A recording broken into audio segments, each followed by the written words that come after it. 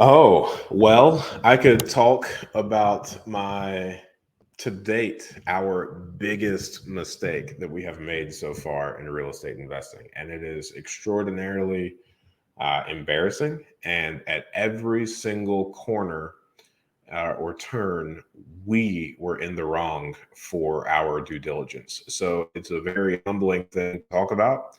And the price tag on it was very large. So let me explain. We agreed to purchase a property in the area, in an area that we have a decent number of properties. We agreed to purchase it for $45,000. It is a 3 bed, 1 bath house with a basement. It's got a 1 car detached garage. At the time that we purchased it, I would say best case scenario, it would be worth somewhere between 75 and $85,000.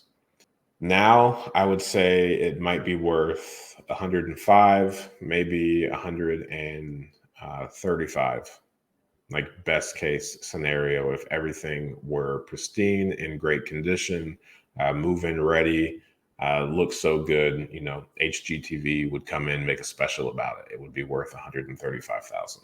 And what happened was, okay, one of the things that we do is we buy vacant homes. And when you buy a vacant home, especially one that has been vacant for decades, a lot of really weird things start appearing on the windows and the front doors. All right. So sometimes you'll have like old phone companies, old internet companies like tape things to windows, right? If it's a foreclosure, if the bank ever took possession of it, you're going to have these things taped to the window that say like winterized. This doesn't have running water or gas, whatever. You're going to have some things from the utility companies taped to the door talking about how maybe that gas line was retired, right? Because it's been vacant for so long. Maybe the electric is like, you know, not on anymore. What else do you have taped to the window? You'll probably have a couple of things from the city talking about zoning violations because it's been vacant for so long. You might have something else from the county talking about we're going to cut your grass if you don't cut it soon. And just so you know, this hand movement, this is me being the person that tapes something to the front door or the window, right?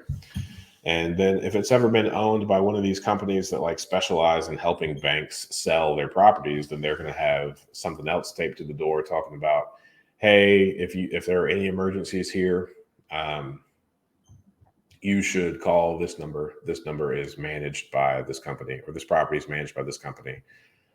And sometimes, because these are important letters, and as they're taping these things to the front door, they use bright colors to really get your attention.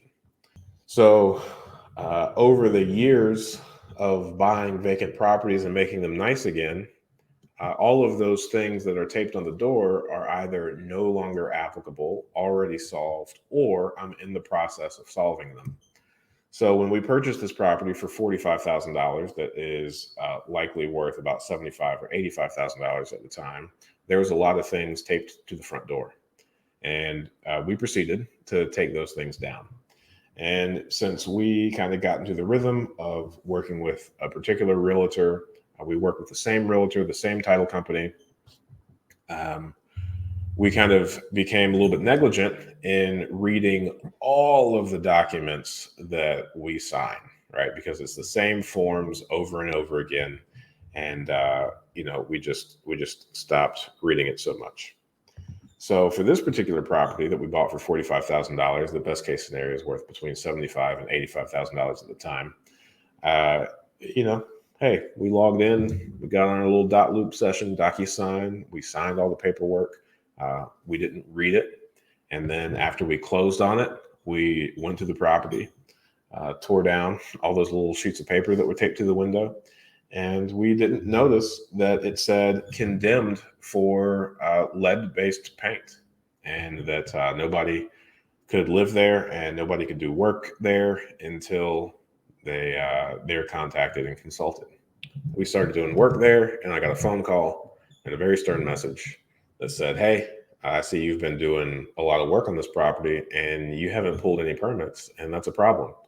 And at the time, Montgomery County wasn't necessarily big on permits. So I called back and I was just like, what permits are you talking about? We're not doing anything that we need to pull permits for. And she's like, well, I also noticed that my letter saying that this property was condemned for lead-based paint has been torn down. So what happened was at some point, it's very tragic. I don't like it at all, but I guess a kid was poisoned at that property for lead-based paint. And in hindsight, after being really frustrated, then we went into denial. She's like, well, nobody told us, right? And the fact of the matter is, we signed a disclosure that was of great length that went into detail about all the work that needed to be done in order for that property to be occupied again because of all the lead-based paint that exists inside this house. We also proceeded to tear down all of the signs that said you can't enter, you can't work on this property. This property's been condemned for the lead-based paint. So when I was talking to this lady from the county, very nice, very good at her job. She told us that not only was this property condemned for the lead-based paint, but not your normal lead-based paint contractor can't do this work. It has to be, this certain lead-based paint certified one, not the online class that you could do, but the actual in-person one that is extraordinarily expensive. So what normally would have been, okay, let me back up. And also, one of the methods that you can generally deal with lead-based paint is enclose it or encapsulate it. And that is just, painting over it or, otherwise sealing it. So this was present on the exterior, on the windows, and I think that's about it. The exterior and the windows. So what normally would have cost us about $10,000 on this property cost us $65,000. And, as you know, I bought this property for $45,000, best case scenario worth about $75,000 to $85,000.